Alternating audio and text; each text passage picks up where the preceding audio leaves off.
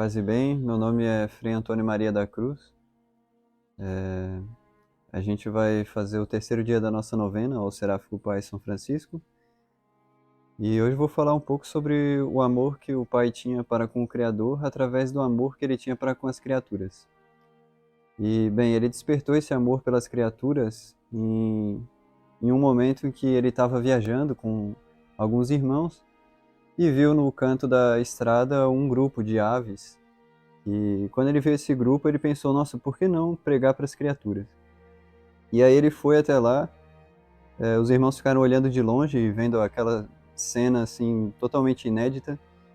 E o Seráfico Pai foi lá no meio daquelas aves e as aves começaram a se enroscar no hábito dele, como demonstrando o carinho e afeto que as aves estavam tendo por ele, porque ele mesmo estava tendo muito afeto por aquelas aves. E lá ele pregou para as irmãs aves sobre o amor que Deus tinha para com elas. E no final daquela pregação, as aves começaram a cantar muito alto e voar e demonstrar que estavam muito alegres com aquela pregação.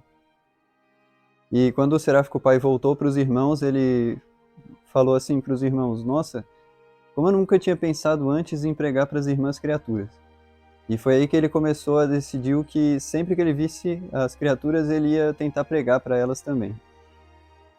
E a partir desse momento temos inúmeras histórias muito bonitas sobre o amor que o Seráfico Pai demonstrava para com o Criador através do amor que ele tinha para com as criaturas. Uma outra história também muito interessante é do fogo, porque às vezes quando a gente fala de criatura, a gente pensa que a criatura é só animal ou planta. Mas mesmo as coisas inanimadas também são criaturas, né? São coisas que Deus criou, por isso são chamadas criaturas. E teve um episódio que o Seráfico Pai estava doente, com uma doença nos olhos, e aquilo doía muito. E ele foi procurar um médico para conseguir curar isso. E o médico ia fazer uma operação de cauterização nos olhos dele. E ele começou a sentir um pouco de medo do fogo. E então ele fez uma oração, como uma súplica, para o irmão Fogo, para que não machucasse ele, né? E o irmão Fogo obedeceu prontamente o Seráfico Pai. E o médico ficou até espantado, porque o médico estava acostumado, quando fizesse esse tipo de cirurgia, assim, os pacientes gritarem muito e sentirem muita dor, mas o Seráfico Pai não sentiu nenhuma dor. E também temos outras histórias muito interessantes com os animais, como, por exemplo, o falcão que acordava ele para rezar. O Seráfico Pai tinha um costume de rezar de noite, né, fazendo vigílias, essas coisas. E tinha um falcão que acordava ele, né? O falcão, quando dava o horário que ele gostaria de acordar, o falcão começava a gritar, a fazer barulho, a fim de acordar o pai. E o pai acordava e rezava. Mas nos dias que o Seráfico Pai sentia dor ou se reclamava de estar muito cansado, o falcão entendia aquela queixa do Seráfico Pai e não acordava ele. É muito interessante o afeto que as criaturas mostravam, né? De ver que ele estava cansado e então não acordá-lo. Uma outra situação também muito interessante foi a da irmã Cigarra, que o Seráfico Pai viu uma irmã Cigarra cantando e ele achou muito bonito. Ele pensou, bom, vou levar para os meus irmãos verem, né? E aí ele fez um gesto, como mandando a cigarra subir nos dedos dele. A cigarra subiu e ele levou a irmã Cigarra até a choupana, onde eles estavam, e colocou ela na parede da choupana. E essa cigarra, por mandato do Seráfico Pai, ficou 8 dias lá naquela parede, e sempre que o Seráfico Pai mandava ela cantava, para alegrar os irmãos. E depois do findados esses 8 dias, o Seráfico Pai mandou ela ir embora, então ela foi embora. E uma outra situação também que foi muito bonita, que marcou a cidade de Gúbio, foi a vez que tinha um lobo nessa cidade, e esse lobo estava com... O Seráfico Pai disse que ele passava fome. E esse lobo começou a comer os animais e depois ele passou para coisas piores, começou a comer pessoas e a população da cidade de Gúbio estava assim com muito medo desse lobo. E quando o Seráfico Pai chegou nessa cidade e descobriu toda essa situação, ele falou para os cidadãos, né, para a população, não, eu vou lá conversar com esse lobo. E aí os cidadãos falaram, não, não vai, recomendaram que ele não fosse, porque ficaram com medo que o lobo atacasse o Seráfico Pai. E mesmo assim ele foi, e os cidadãos ficaram olhando de longe, né, o que estava acontecendo. Ele saiu fora da cidade, foi até a floresta e a população olhando. Ele chamou o lobo e o lobo apareceu, né, com as orelhas baixas e tudo, e ele começou a admoestar o lobo, falando: como você pode ter caído nesses crimes, simplesmente por estar passando fome e ter cometido coisas assim, de comer pessoas? E o lobo demonstrou que estava arrependido, né? Então o seráfico pai faz como que um trato e fala que da parte dos homens, aquela população ia sempre dar tudo o que o lobo precisasse para subsistência, e em troca o lobo não mais atacaria as pessoas, né? E aí o lobo dá sinais de que concordou com aquilo.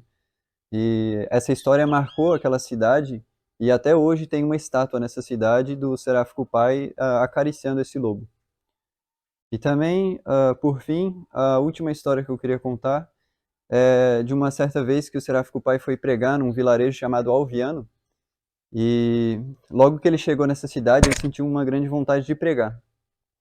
Então ele subiu num lugar um pouco mais alto para pregar, só que nesse lugar um pouco mais alto tinham muitos ninhos de andorinha. E as andorinhas começaram a gritar de tal modo que e cantar de tal modo que ele não conseguia pregar para o povo. Então o seráfico pai falou para as andorinhas: irmãs, vocês já falaram bastante, agora chegou a minha vez. Deixem eu falar um pouco sobre o Criador para esse povo.